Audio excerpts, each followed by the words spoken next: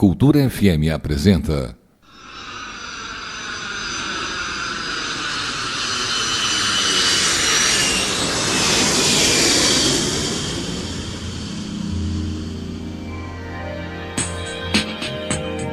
Embarque na Cultura, um programa produzido em parceria com o Departamento de Turismo da Unicentro e com o apoio cultural de A Bibliotel e da agência IVT, Irati Viagens e Turismo.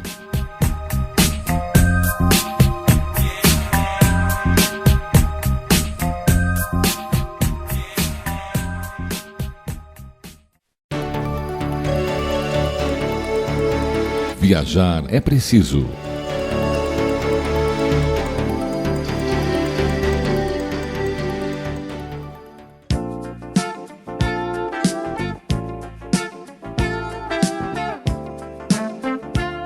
Bom dia, ouvintes da Rádio Cultura. Estreando o nosso bloco Viajar é Preciso, vamos falar um pouco sobre os documentos necessários para viajar. Hoje, especialmente sobre a nossa RG, o nosso documento de identidade. E por quê? Porque tem acontecido com alguma frequência casos de impedimento de embarques em aeroportos quando este documento é antigo ou tem mais de 10 anos de validade. É verdade que atualmente não há uma lei que determine o vencimento da carteira de identidade, ou seja, nenhum estado brasileiro adota uma validade e realmente não consta data alguma no próprio documento. Órgãos públicos, como a Polícia Federal e o Banco Central, citam que o documento de identidade deve possuir foto que identifique seu portador, pois, como o próprio nome diz, é um documento de identificação. Porém, se a foto for muito antiga e a assinatura divergente e tal documento não servir para identificar, ele não terá validade. O mesmo vale para a qualidade do documento, estando ele rasgado, molhado ou ainda manchado. Caso ainda a fotografia gere dúvidas sobre a identidade do portador do documento, poderá ser solicitado outro documento com foto. Destaco ainda que para viagens internacionais não é considerado válido carteira de habilitação, carteira de OAB, CREA ou similares. A carteira de habilitação serve para alugar um carro e para outros fins, mas não para o fim específico de embarque internacional dentro do Mercosul. Falando agora sobre o Mercosul e retornando à questão da validade, o brasileiro pode se deslocar para todos os países somente com a sua RG ou documento de identidade. Lembrando que faz parte atualmente do Mercosul 10 países: Argentina, Brasil, Paraguai, Uruguai, Venezuela, Bolívia, Chile, Colômbia, Equador e Peru. Ainda que não haja uma existência legal por parte dos acordos firmados no Mercosul, a recomendação é que a RG tenha menos de 10 anos de validade, pois em um documento muito antigo a foto certamente não refletirá a realidade do seu portador. Portanto, o passageiro, turista ou viajante vai correr um risco desnecessário. Pessoalmente, eu recomendo não se arriscar, criando um imbróglio desnecessário na viagem e indico logo fazer uma RG nova, pois há inúmeros casos de passageiros que não conseguiram embarcar em voos dentro do Mercosul ou até mesmo em viagens marítimas por conta de documento ser muito antigo. Evite surpresas desagradáveis, mantendo-se sempre bem informado sobre os seus documentos e o estado ou país ao qual deseja visitar. No site da EVT, por exemplo, www.irati.tour.br, você encontra todas as informações necessárias sobre documentos de embarques, vistos, incluindo um tópico especial para o visto americano, passaportes, vacinas, documentos de embarque, transporte de animais, mapas de metrô, endereços de embaixadas e consulados no Brasil e no exterior, alfândegas, fusos horários, câmbio e conversão para todas as moedas, incluindo o país de origem ao país de destino, seguros viagens, dicas de viagens, bagagens, decretos e documentações para embarque de menores, links para consulta de voos e aeroportos. E além dessas informações, você mesmo pode fazer uma simulação de valores para qualquer viagem, nacional ou internacional. É isso, minha gente. Estela Mara Rosa, do bloco Viajar é Preciso, para o Embarque na Cultura.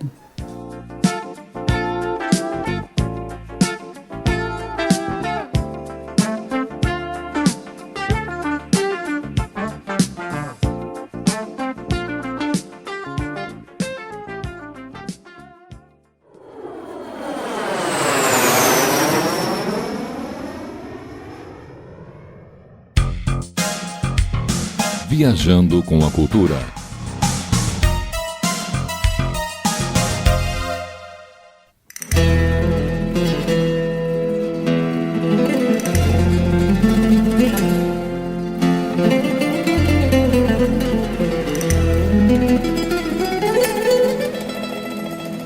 Alô, ouvintes da Rádio Cultura.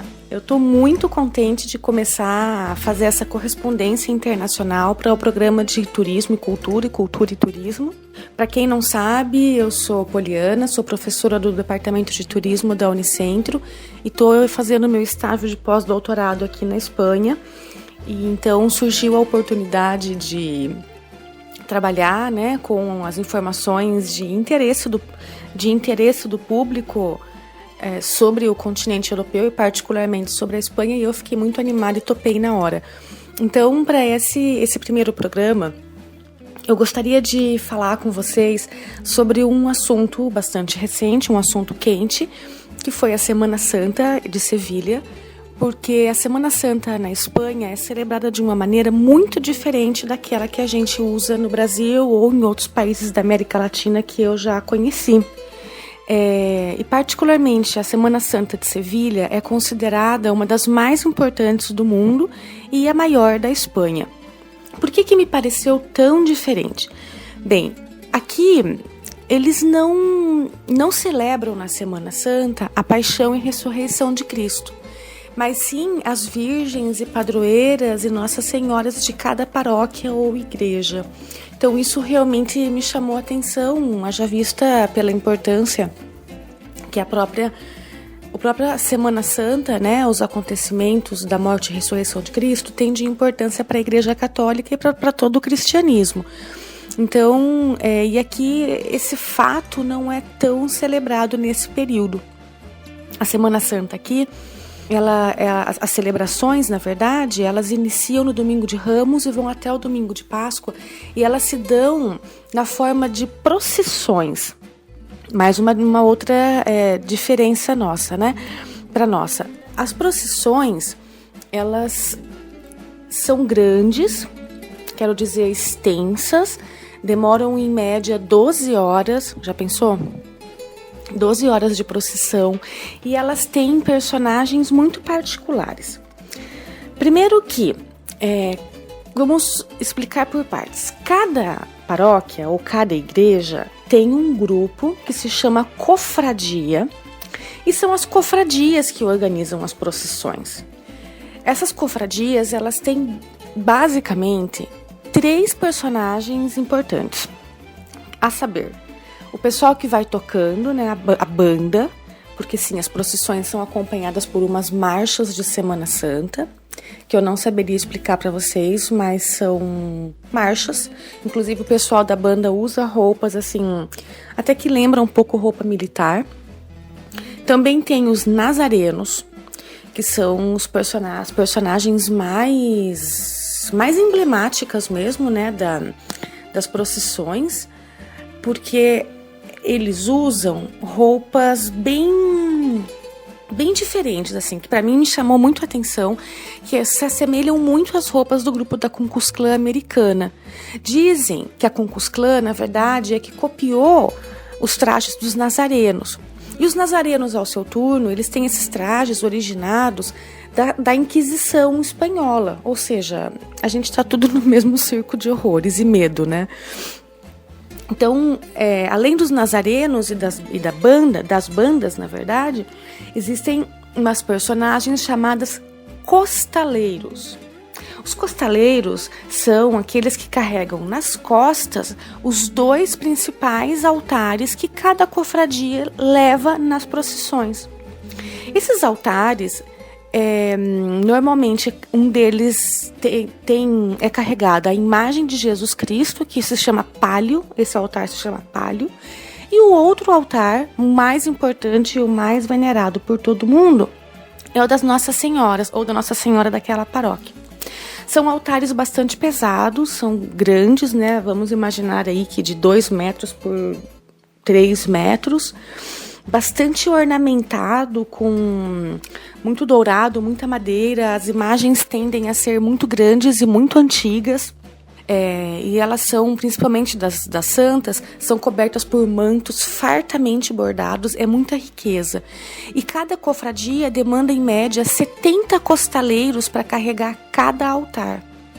Então, imaginem vocês, as cofradias têm, em média, 500 elementos, em média. O mais comum que eu vi foram cofradias de 700 pessoas, mas também tem de mais de 1.000.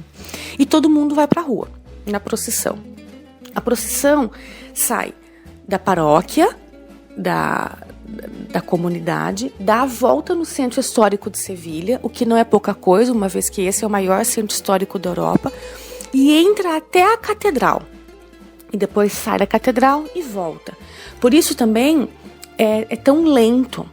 Aquelas igrejas que são mais próximas da catedral, pois a procissão tende a ser mais curta, aí em média de 7 a 8 horas. Ou também aquelas cofradias que são menos numerosas em termos de personagens, também vão ser mais curtas. Mas como são, em média, 70 cofradias, aqui em Sevilha, e todas elas desfilam em 8 dias, então vocês podem imaginar que do meio da tarde até o fim da noite existe um tráfego muito intenso de procissões pelo centro histórico da cidade. Então, por isso, elas são finamente organizadas para que elas não se encontrem, isso não gere tumulto entre os espectadores e os cofrades. Por isso, o passo da procissão é muito lento. Eles caminham, vamos dizer, 2 minutos e se detêm por 15. Isso para dar tempo de todo mundo passar por todas as ruas sem se encontrar. E na medida em que eles vão passando, sobretudo quando vão carregando os altares, as pessoas vão aplaudindo, todo mundo faz um esforço muito grande para tocar nesses altares, para tirar foto, fazem selfie com os nazarenos, se emocionam muito. Por exemplo, uma coisa que me chamou a atenção é que quando as cofradias estão paradas, né, nesses 15 minutos, por exemplo, os costaleiros descem o altar. O altar não chega até o chão, mas é como se ele tivesse uns pezinhos e ele ficasse num nível um pouquinho mais baixo. E quando eles vão novamente erguer o altar, eles fazem um urro de força, um gemido como um mas em uníssono. E todo mundo aplaude de maneira muito emocionada. Os costaleiros são personagens muito queridos, porque se entende que eles fazem um esforço físico muito grande. Imagine vocês carregar uma coisa pesada por 12 horas. Eu mesma fiquei em pé no meio do tumulto para ver uma procissão inteira passar por 3 horas. Então, realmente, e tem pessoas que acompanham diversas procissões madrugada adentro. Existe uma entidade que organiza essas procissões, e inclusive se publicam livretos com o dia, o horário e o percurso de cada uma delas, hora a hora, e são distribuídas por lojas, por restaurantes, para que você não perca nenhum momento do acontecimento propriamente dito. As procissões, elas incitam diversos sentidos, né? Além do visual, a questão tátil também, de você tocar naquilo, de você ver as diferentes texturas das roupas, dos bordados e brocados. Existe muito incenso, né, durante a passagem dos altares. E também as pessoas, os cofrades, costumam dar muitos docinhos para as crianças. Vão tirando do bolso balas e vão dando. É um momento de muito êxtase religioso da comunidade sevilhana. É sem dúvida nenhuma um dos marcadores da identidade mais importantes de Sevilha, na minha opinião, e claro, na opinião de experts também. Aqui na universidade existem, por exemplo, pessoas que se dedicam à vida para estudar a Semana Santa, publicam livros, teses, orientam mestrados e doutorados sobre isso. É uma coisa muito séria. É uma tradição muito antiga, ela tem mais de 500 anos, já teve aí altos e baixos, sobretudo durante o governo Franco, mas no momento atual é de um alto muito grande, que é inclusive incentivado pelo governo local, uma vez que isso estimula fortemente o turismo e a geração de empregos temporários. No ano passado, se estima que movimentou aqui na cidade 160 milhões de euros em uma semana, e considera-se que essa é uma cifra bastante importante, sobretudo na crise econômica que a Espanha e principalmente a Andaluzia, que é a comunidade autônoma, né, o equivalente ao Estado, está passando. Então, outra coisa interessante é que as lojas decoram as vitrines com essas personagens dos nazarenos e fazem doces. Não se troca ovos de Páscoa aqui, de nenhum tipo, e sim doces em forma de nazareno.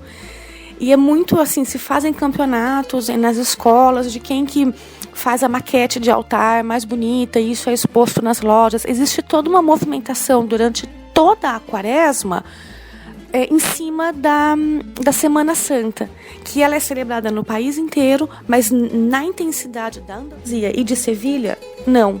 Por exemplo, em Zaragoza, que é perto de Madrid, também é uma Semana Santa considerada grande, mas tem em torno de 16 cofradias, e aqui 70. É uma diferença bastante expressiva. Eu achei tudo muito diferente e imaginei que fosse atrair a atenção de vocês. Se vocês se interessaram pelo assunto, lá no meu blog, que se chama Comendo Chucrute e Salsicha, vocês podem encontrar fotografias e outras informações, e também o meu contato se vocês quiserem fazer comentários, sugestões ou críticas. Eu estou interessada. www.comendochucrutesalsicha.com.br. Um abraço para vocês, até a próxima e adiós!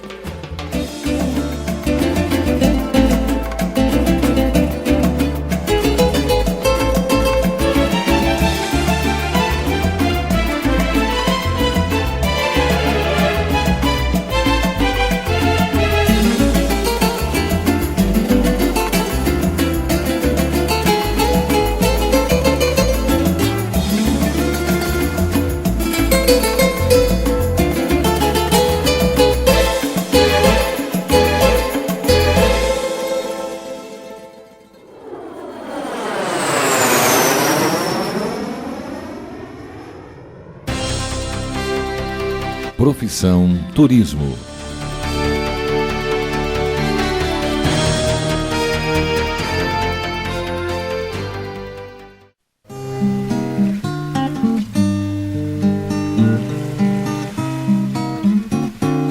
Bom dia aos ouvintes da Rádio Cultura.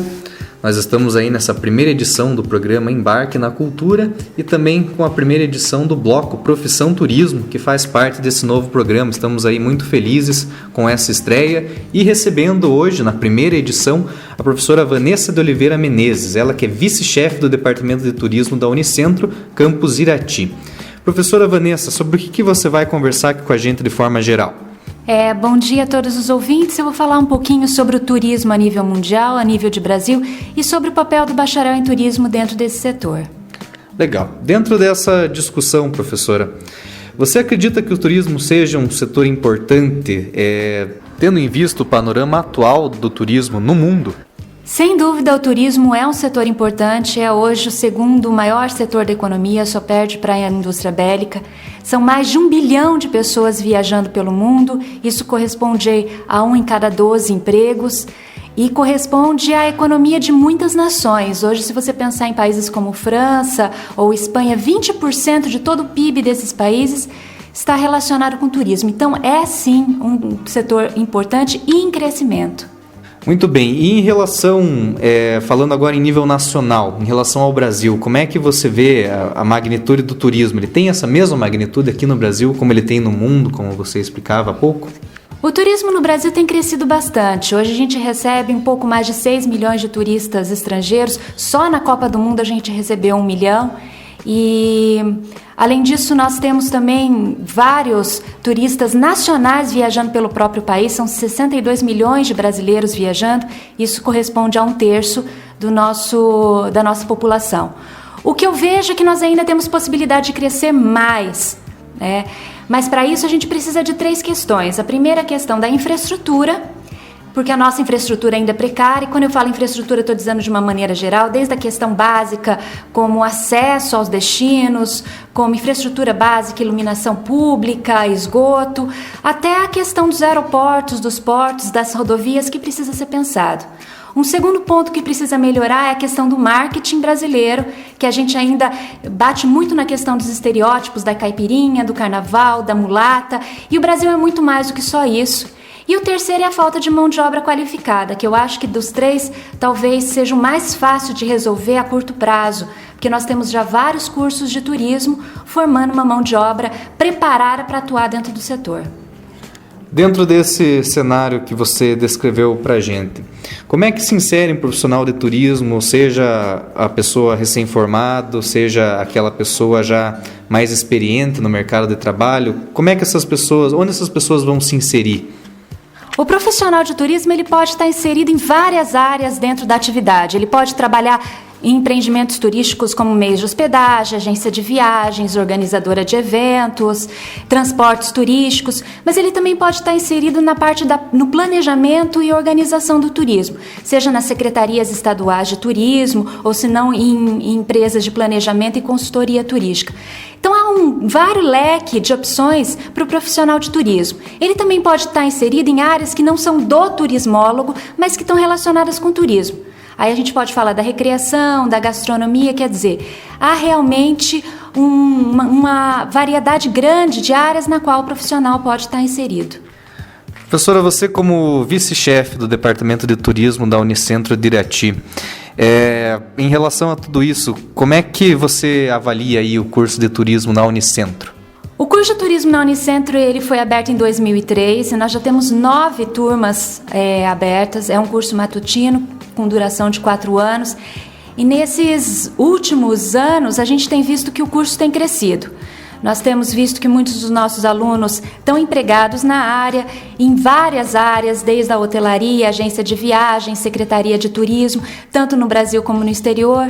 Nós temos visto nossos alunos em estágios pelo Brasil todo, nós temos visto nossos alunos participando de vários eventos da área. Então eu acredito que é um curso que aos poucos tem amadurecido e tem mostrado o seu valor não só na região, como em todo o nosso estado. O nosso curso ele é o 3º melhor do Paraná, num universo de 17 cursos, e ele é o 17º a nível de Brasil, pensando que no Brasil existem 212 cursos de turismo. Quer dizer, a gente está bem colocado dentro dos cursos de turismo a nível nacional. Certo.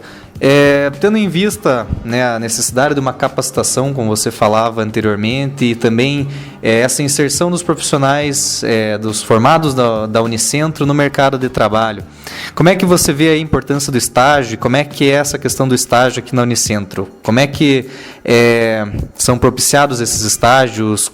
A que nível isso acontece? O estágio é uma parte importantíssima dentro do currículo do curso de turismo. O aluno tem a opção de fazer estágio desde o 1º ano e no 3º e no 4º ano o estágio obrigatório.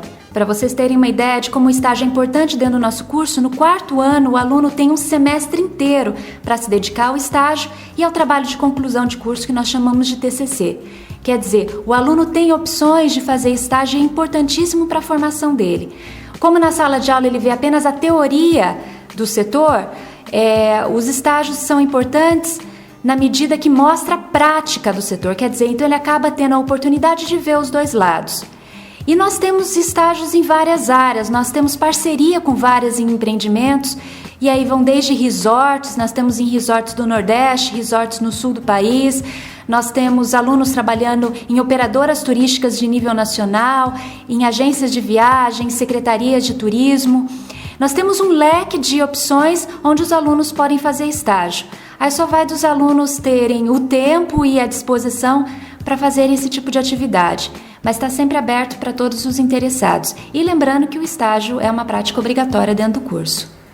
Muito bem. Para aquela pessoa que estiver se interessando pelo curso ou pelas possibilidades de trabalho que vem consequentemente a isso, como é que você vê hoje o perfil do turismólogo ou do bacharel em turismo? Para aquela pessoa que está interessada em cursar o turismo ou se pergunta se tem perfil para trabalhar com turismo, é importante ele se fazer algumas perguntas. O profissional de turismo ele precisa ser um profissional criativo, proativo, que tem empatia. O que seria empatia? É entender a necessidade das outras pessoas. Precisa ser um profissional dinâmico, que goste de trabalhar com pessoas e para pessoas. Precisa ser um profissional que não gosta de trabalho rotineiro, porque no turismo você não tem rotina, e que esteja disposto a trabalhar no final de semana ou feriado, porque no turismo a gente trabalha enquanto os outros se divertem. Se a pessoa interessada no curso, ela tem todo esse perfil, acho que é uma pessoa boa para cursar o curso de turismo e seguir essa área. Muito bem, professor, a gente agradece aí a sua participação. Para encerrar essa entrevista, eu gostaria que você falasse um pouquinho aí das tendências para o setor de turismo. O que você acredita que vem aí em frente no futuro próximo dessa profissão ou dessa área acadêmica?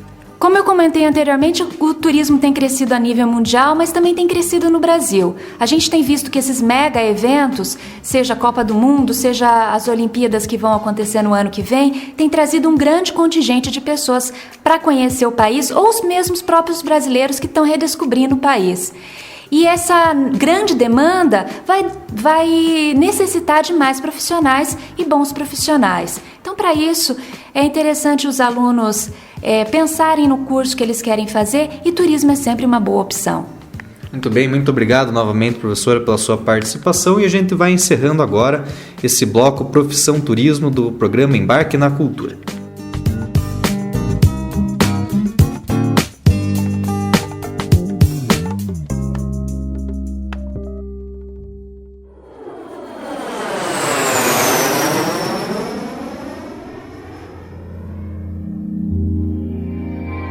A Cultura FM apresentou Embarque na Cultura.